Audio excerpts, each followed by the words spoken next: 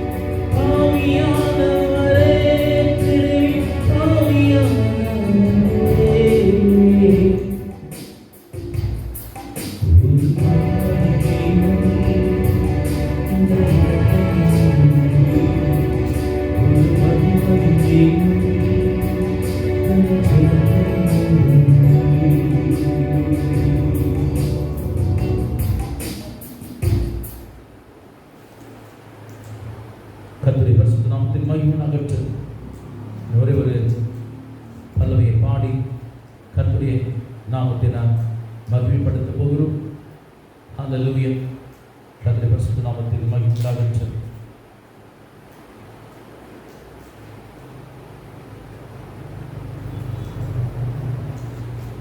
Jesus, hallelujah.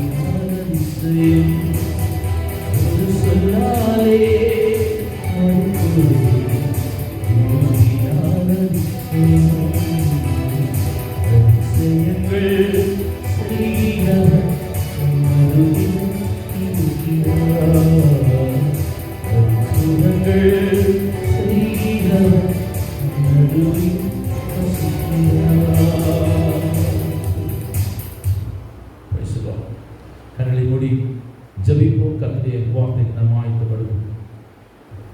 பரிசுத்த பரலோக பிதாவே, உம்மை துதிக்கிறோம், உம்மை போற்றுகிறோம். வெளியில் பெற்ற இந்த நாளுக்காக எனக்கு நன்றி. இந்த நாமம் மாத்திரமே உயர்த்தப்படட்டும். என்னோடு எங்களோடு கர்த்தரே இடைப்படும். இந்த நாமம் மாத்திரமே மகிமைப்படட்டும். வேறு பற்றி ஞானம் இல்லாத எனக்கும் எங்களுக்கும் வேறு அதிசயங்களை வெளிப்படுத்தும். கேட்கிற ஒவ்வொரு மக்களுக்கும் இந்த செய்திகள் ஆசீர்வாதத்தை கொண்டு வரும்படி, அபிஷேகத்தை, பிரசனத்தை கொண்டு வரும்படி கர்த்தருடைய சமூகத்தில், தேவனுடைய சமூகத்தில் எங்கள் யாவரையும் தாழ்த்தி ஒப்புக் கொடுக்கிறோம். இயேசுவின் நாமத்தில் பிதாவே, ஆமென். கர்த்தருக்குள் அன்பானவர்களே, கர்த்தருடைய செய்திகளை கேட்கும்படி யாவரையும் மறுபடியும் நான் அழைக்கின்றேன். நாம் கடந்து வந்த பாதைகளை பார்க்கும்போது ஏறக்குறைய 6 மாதங்களை நாம் கடந்து வந்திருக்கிறோம். 6 மாதங்களை கடந்து இப்பொழுது நாம் 7வது மாதத்துக்குள்ளே கடந்து போக போகிறோம். Praise the Lord. வேதத்தில் உள்ள அநேக சம்பவங்கள் எனக்கு ஞாபகத்துக்கு வருகின்றன. ஆதியாகமம் 1ஆம் அதிகாரத்தில் பார்க்கும்போது ஆண்டவர் 6 நாட்களிலே எல்லாவற்றையும் சிருஷ்டித்தார். வானம், பூமி நிறைவுகள் எல்லாவற்றையும் ஆண்டவர் 6 நாட்களிலே சிருஷ்டித்தார். வேதம் சொல்கிறது 7வது நாளிலே அவர் ஓய்ந்திருந்தார். ரெஸ்ட். 7வது நாளிலே அவர் ஒன்றையும் சிருஷ்டிக்கவில்லை. ஒரு சிருஷ்டியும் அவர் சிருஷ்டிக்கவே இல்லை. ஆனால் வேதம் சொல்லுகிறது ஆண்டவர் ஆதியாகமம் 2ஆம் அதிகாரம் 2ஆம் வசனத்தை நீங்கள் வாசித்து பார்க்கும்போது ஆண்டவர் சிருஷ்டிப்பின் எல்லா காரியங்களையும் 6 நாட்களிலே முடித்துவிட்டு 7வது நாளிலே கர்த்தர் ஓய்வெடுத்தார். He took rest on the 7th day. 7வது நாளிலே ஆண்டவர் என்ன செய்தார்? ஓய்வெடுத்தார். வேதம் சொல்கிறது ஓய்வெடுத்தது மாத்திரம் அல்லாமல் அந்த 7வது நாளை கர்த்தர் ஆசீர்வதித்து அதை பரிசுத்தப்படுத்தினார். ஹல்லேலூயா. 7 என்பது வேதத்தில் பூரணம் என்பதை தெரிவிக்கின்றது. 7 days, 7 நாட்கள். 7 என்பதை குறித்து இப்பொழுது நாம் தியானம் செய்து கொண்டிருக்கிறோம். 7வது நாளிலே ஆண்டவர் அந்த நாளை ஆசீர்வதித்து அதை பரிசுத்தப்படுத்தினார். Praise the Lord. 7வது நாள். ஹல்லேலூயா. நாம் கால்களை வைத்திருப்பது 7வது மாதத்தில் கால்களை வைத்திருக்கிறோம். அப்படின்னு சொன்னால் 6 மாதங்களை கடக்கத்தக்கதாக தேவன் உனக்கும் எனக்கும் கர்த்தர் பெரிய கிருபைகளை கொடுத்திருக்கிறார். என்னுடைய கிருபை உனக்கு போதும், உன் பலவீனத்தில் என் பலன் பூர்ணமாய் விளங்கும் என்று சொன்ன கர்த்தர் 6 மாதங்கள் வரைக்கும் நம்மை அவர் சுமந்து கொண்டு வந்திருக்கிறார். அதற்காக தேவனுக்கு நன்றி செலுத்த கடமையாளிகளாக இருக்கிறோம். 7 என்று சொல்லும்போது ஒரு சம்பவம் எனக்கு ஞாபகம் வருகிறது. அந்த சம்பவத்துக்கு நாம் நேரடியாய் கடந்து போகும். 7 என்பதற்கு அநேக குறிப்புகள், வேத குறிப்புகள் இருக்கிறது. இருந்தாலும் உங்களுடைய முதல் 1 ராஜாக்களுடைய புத்தகத்துக்கு வேத பாகங்களை நீங்கள் திருப்பிக் கொள்ளக்கூடிய விழாக்களுடன் கேட்டுக்கொள்கிறேன்.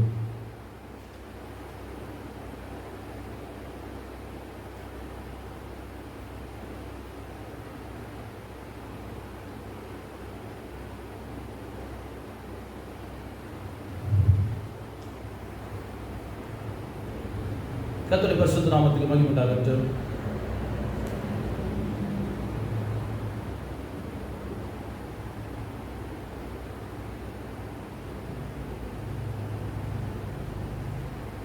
ஒன்று ராஜாக்கள் 18ஆம் அதிகாரம். 18ஆம் அதிகாரம் என்று சொல்லி நாம் நினைக்கும் போது இஸ்ரவேல் ஜனங்கள் பின்வாங்கி போயிருக்கிறார்கள். ஆண்டவரை விட்டு பாகால்களை தனக்கு இஷ்டம் போல தேவர்களை அவர் தெரிந்து கொண்டார்கள். எலியாவை கர்த்தர் அனுப்பி இஸ்ரவேல் ஜனங்கள் மத்தியிலே ஒரு பெரிய மாற்றத்தை உண்டாக்கும்படி அக்கினி தீர்க்கதரிசியாகிய எலியாவை இஸ்ரவேல் ஜனங்கள் மத்தியில் ஆண்டவர் அனுப்பினார். வேதம் சொல்கிறது 2 காளைகளை தெரிந்து கொண்டார்கள். பாகாலை ஆராதிக்கின்றவர்கள், பாகாலுடைய ஆசாரியர்கள் ஒரு காளையை தெரிந்து கொண்டார்கள். எலியா இன்னொரு காளையை தெரிந்து கொண்டார். Praise the Lord. அப்பொழுது எலியா ஜெபிக்கும் போது வானத்திலிருந்து அக்கினி விழுந்து அந்த பலிகளை, கற்களையும் எல்லாவற்றையும் நக்கி போட்டதாம். வேதம் சொல்லுகிறது, சத்திய வேதம் சொல்லுகிறது, எலியா ஏற்படுத்தின அந்த பலியை, காளையை, அந்த வெறுகுகளை, அந்த தண்ணீரை, அந்த கற்களை வானத்தில் அக்கினி விழுந்து பட்சித்து போட்டது. அப்பொழுது இஸ்ரவேல் ஜனங்கள் எல்லோருமே சேர்ந்து யெகோவாவே கர்த்தர், தேவனே கர்த்தர் என்று சொல்லி ஆர்ப்பரிக்கிறார்கள். அப்பொழுது இந்த காரியங்கள் நடந்து போகிறது. அப்பொழுது ஆகாபை ரதத்தை பூட்டிக் கொண்டு கடந்து போய் அவன் ஆகாரத்தை புசித்து தன்னுடைய வீட்டுக்கு சீக்கிரமாய் போகும்படி அவர்கள் கட்டளை எலியா கொடுக்கின்றார். மட்டுமல்லாமல் இந்த 7வது மாதத்தை குறித்து 7 என்பதற்கு சில வசனங்களை நான் உங்களுக்கு ஞாபகத்துக்கு தெரிவிக்க விருப்பப்படுகிறேன்.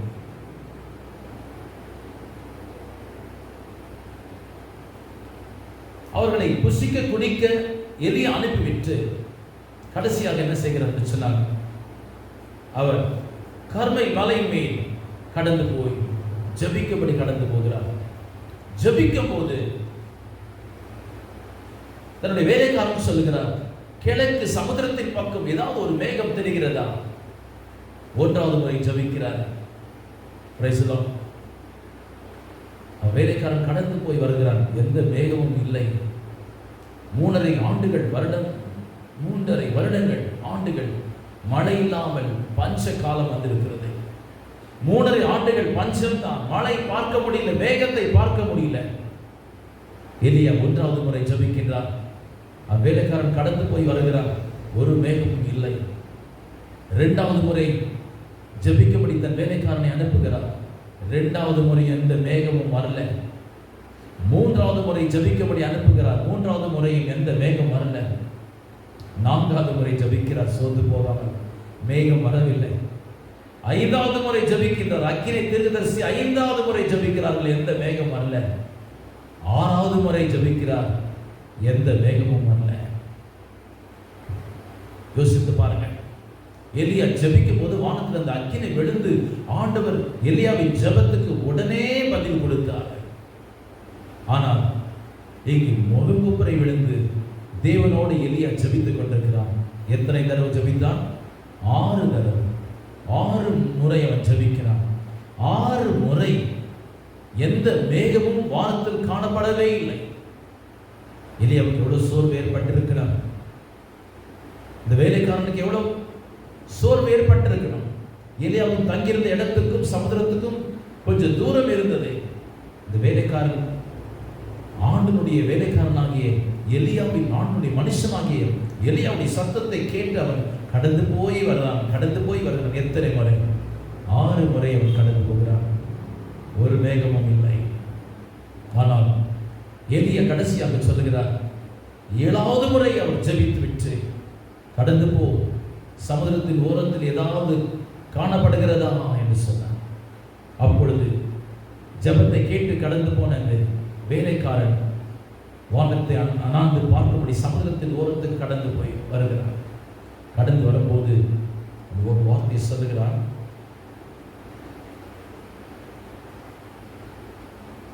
44 வசனம், 18ஆம் அதிகாரம் 44 வசனத்தை நீங்கள் வாசிப்பீர்கள் என்று சொன்னார்.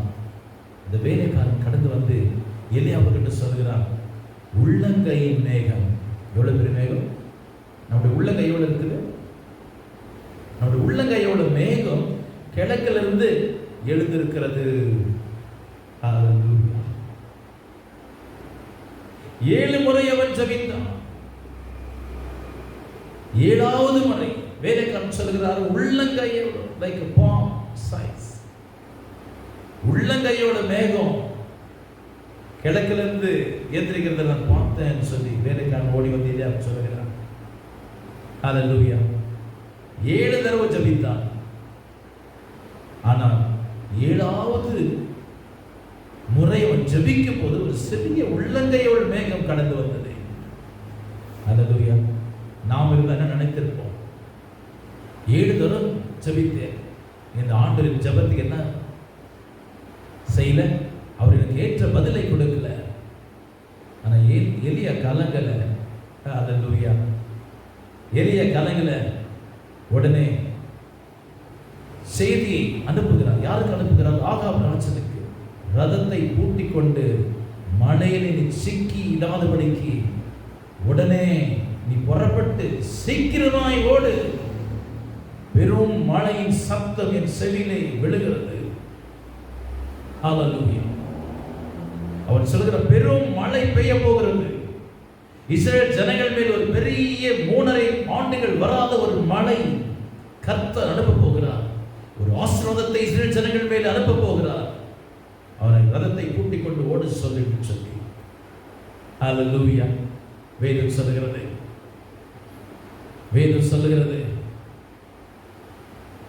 ஆகாப் ராஜா குதிரையும் ரதத்தையும் கூட்டிக் கொண்டு வேகமாய் போகிறான். எங்கே மழை வரப்போகிறது என்று சொல்லி. எதை பார்த்து விட்டு எலியா எதை பார்த்து விட்டு சொன்னாரு? உள்ளங்கையின் மேகம். அல்லேலூயா. இந்த உள்ளங்கையின் மேகம் எவ்வளவு மழையை கொண்டு வரும்? அல்லேலூயா. உள்ளங்கையின் மேகம் எவ்வளவு மழையை கொண்டு வர முடியும்? அல்லேலூயா. ஆனால் எலியா சொல்கிறார், எனக்கு விசுவாசம் இருக்கிறது. இன்றைக்கு ஒரு பெரிய மழையின் இரைச்சல் சத்தம் எனக்கு கேட்கிறது. உள்ளங்கை மேகம்தான், ஆனால் பெரிய ஒரு மழை இன்றைக்கு வரப்போகிறது என்று சொல்லி ஆகாவை ரதத்தை கூட்டிக் கொண்டு ஓட செய்தார். அப்பொழுது ஆகாப் ரதத்தை கூட்டிக் கொண்டு ரதத்தை வேகமாய் கடந்து போனார். வேதம் சொல்கிறது, தன் வஸ்திரங்களை கட்டிக்கொண்டு கச்சையை கட்டிக்கொண்டு எலியா இஸ்ரேலுக்கு ஓடும்படி, இஸ்ரேல் வரைக்கும் ஓடும்படி, அவன் வெறும் காலிலே ஓடும்படி தன் அறையை கச்சையை கட்டிக்கொண்டார். வேதம் சொல்கிறது, கர்த்தருடைய ஆவியானவர் எலியாவின் மேல் கடந்து வந்தபடியா எலியாவை கர்த்தருடைய ஆவியானவர் நிமிடங்களுக்குள்ளே இஸ்ரேலுக்கு சுமந்து கொண்டு போய் இறக்கி விட்டார். அல்லேலூயா. ரதத்தோட குதிரைகளோடு வேகத்தோடு போன ஆகாப் ராஜா மத்தியத்தில் மழையிலே சிக்கிக் கொண்டான். பெரும் மழையில் அவன் சிக்கிக் கொண்டான் மத்தியத்தில். ஆனால் கர்த்தருடைய ஆவியானவரை நம்பிக்கொண்டிருந்த எலியா ஆகாப் இஸ்ரேலுக்கு கடந்து போவதற்கு முன்னே அவன் ஓடி போய் தன்னுடைய இடத்தை அவன் அடைந்தான் என்று வேதம் சொல்கிறது. தேவ பிள்ளைகளே, இந்த 7ஆம் மாதம் அல்லேலூயா, ஒருவேளை உடைய வாழ்க்கையில் இருக்கிற எல்லா 6 மாதத்துக்குள் இருக்கிற எல்லா பணத்தையும் இருக்கிற வசதிகளை என்னென்ன காரியம் கரத்தில் இருக்குது எல்லாவற்றையும் இழந்து போயிருக்கலாம். 6 மாதங்கள் லாக்டவுனில் ஏற்பட்ட வேலைகள் நமக்கு இல்லை, நல்ல சம்பாதனை இல்லை, நல்ல சாப்பாடு இல்லை. எத்தனையோ மக்களுடைய குடும்பங்களில் எத்தனையோ குறைகள் இருக்கிறது. தேவ பிள்ளைகளை, 6 மாதங்களை கடக்க செய்த கர்த்தர் 7 பூர்ணமான 7 என்ற ஒரு மாதத்துக்குள்ளே நாம் கால்களை வைத்துக் கொண்டிருக்கிறோம். சிறிய மேகம்தான். அல்லேலூயா. இந்த 7ஆம் மாதத்தில் காணப்படுகிறது சிறிய மேகம்தான். It's only small. அல்லேலூயா. உள்ளங்கை மேகம்தான் 7வது மாதத்தில். அல்லேலூயா. அந்த உள்ளங்கையில் உள்ள சிறிய சம்பாதனை. அல்லேலூயா.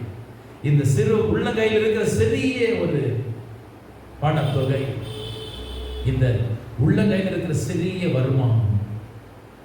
அல்லேலூயா. சிறிய வருமானம் தான். அல்லேலூயா. ஆனால் ஆண்டவர் கொடுத்த வருமானம் அது.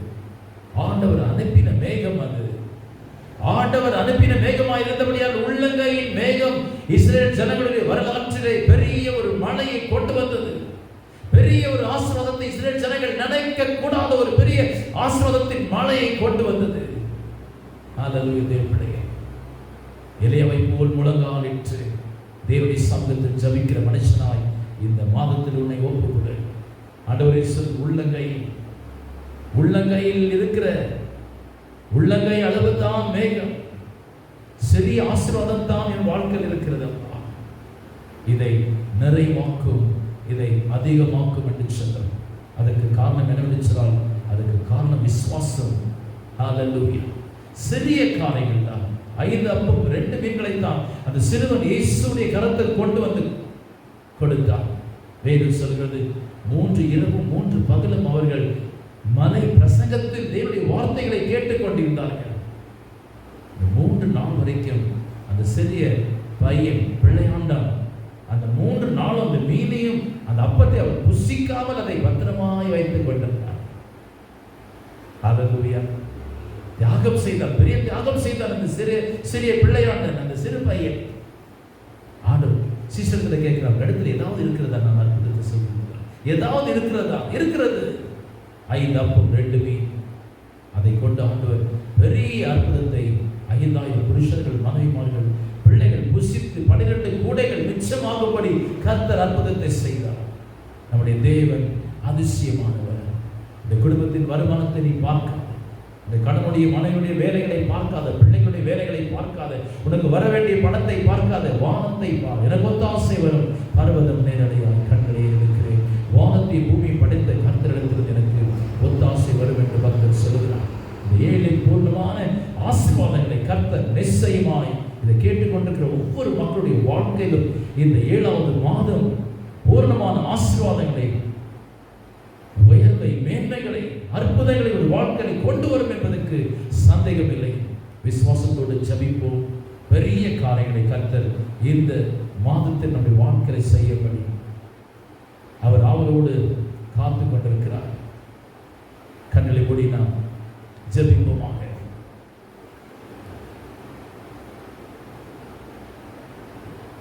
ஸ்தோத்திரம் ஆண்டவரே, ஹல்லேலூயா, ஸ்தோத்திரம்.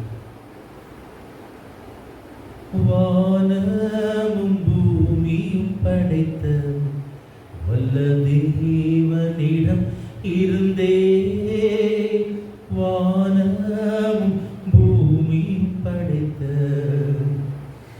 எனக்கடங்கா நன்மைகள் வருமே, கண்களை ஏறெடுப்பேன்.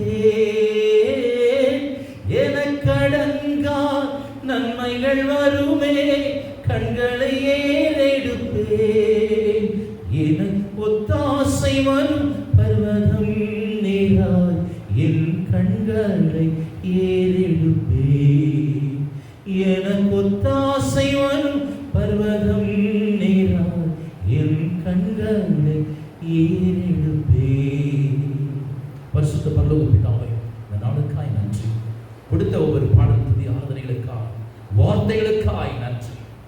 7வது மாதத்தின் முதலாம் நேரத்தை பரிசுத்த ஆவியானவரே எங்களோடு இருக்கிறது. ஆவியானவரே, உலகம் முடிந்த வரைக்கும் சகல நாட்களில் உங்களோடு கூட இருப்பேன். உங்களை விட்டு விலகுவதில்லை, உங்களை நான் கைவிடுவதில்லை சொன்னேன்.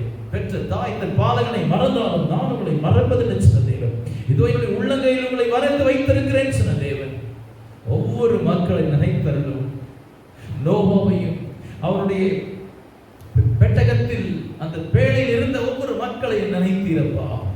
இந்த ஜெப நேரத்தில் என்னோடு சேர்ந்து ஜெபித்துக் கொண்டிருக்கிற கர்த்தருடைய வார்த்தைகளை, பாடல்களை கேட்டுக்கொண்டிருக்கிற ஒவ்வொரு மக்களுடைய வாழ்க்கையிலே 7வது மாதத்தின் முதல் நாளிலிருந்து அற்புதங்கள், அதிசயங்கள் நடப்பதாக. உம்முடைய ஜனங்கள் ஐயா, உம்மை நம்பியிருக்கிற ஜனங்கள், என் ஜனங்கள் ஒரு காலம் வைக்கப்பட்டு போவதில்லை என்று சொல்கிறேன்.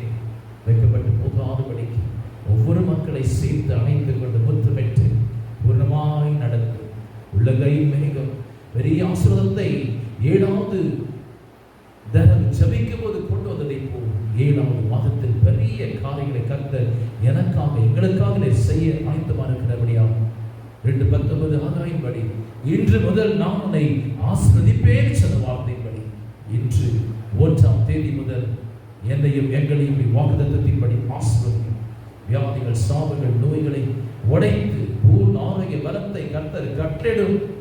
7ஆம் மாதம் முழுமையாய் கர்த்தருடைய பிரசன்னம், என்னுடைய சமூகம் உனக்கு முன்னே செல்லும் என்று சொன்னேன். நான் உனக்கு முன்னே சென்று குணநாளைகளை செம்மையாக்கும் என்று சொன்னேன். உடைய சமூகம் எனக்கும் எங்களுக்கு முன்னே கடந்து போகின்றது. அற்புதமாய் நடத்தும். ஏற்ற வேலைகள், வாய்ப்புகள், வருமானங்கள், தண்ணீர், ஆகாரம், வஸ்திரம், வசதிகள், வருமானத்தை அளவில்லாமல் ஆசீர்வதியும். நிரம்பி வடிந்து ஓடும்படி ஆசீர்வதியும். 7ஆம் மாதத்தை முழுமையாய் ஆசீர்வதியும். உமக்கு மகிமை, கனம் இயேசுவின் நாமத்தில் ஜெபிக்கிறோம் பிதாவே, ஆமென். கர்த்தராகிய இயேசு கிறிஸ்துவின் கிருபையும் பிதாவாகிய தேவனுடைய அன்பும் பரிசுத்த ஆவியானவருடைய நிறைவான ஆசீர்வாதம், வல்லமையும், பிரசன்னமும், பாதுகாப்பும், சமூகமும், வழிநடத்துதலும், ஆசீர்வாதங்களும் கேட்டுக்கொண்டிருக்கிற ஒவ்வொரு தாய்மார், தந்தையர், சகோதர சகோதரிகள், சிறு பிள்ளைகளும் இப்பொழுதும் எப்பொழுதும் சதா காலங்களிலும் என்றென்றைக்கு நிலைத்திருப்பதாக. ஆமென். என் ஆத்துமாவை கர்த்தரை ஸ்தோத்திரி, என் முழு உள்ளபடி பரிசுத்த நாமத்தை ஸ்தோத்திரி, என் ஆத்துமாவை கர்த்தரை ஸ்தோத்திரி. கர்த்தர் செய்த சகல உபகாரங்கள். கர்த்தர் தாமே யாவரையும் ஆசீர்வதித்து வழி நடத்துவதாக. விடைபெறுவது நாட்டில் சகோதரன் பாஸ்டர் உதயகுமார். நன்றி. பேசுவார்.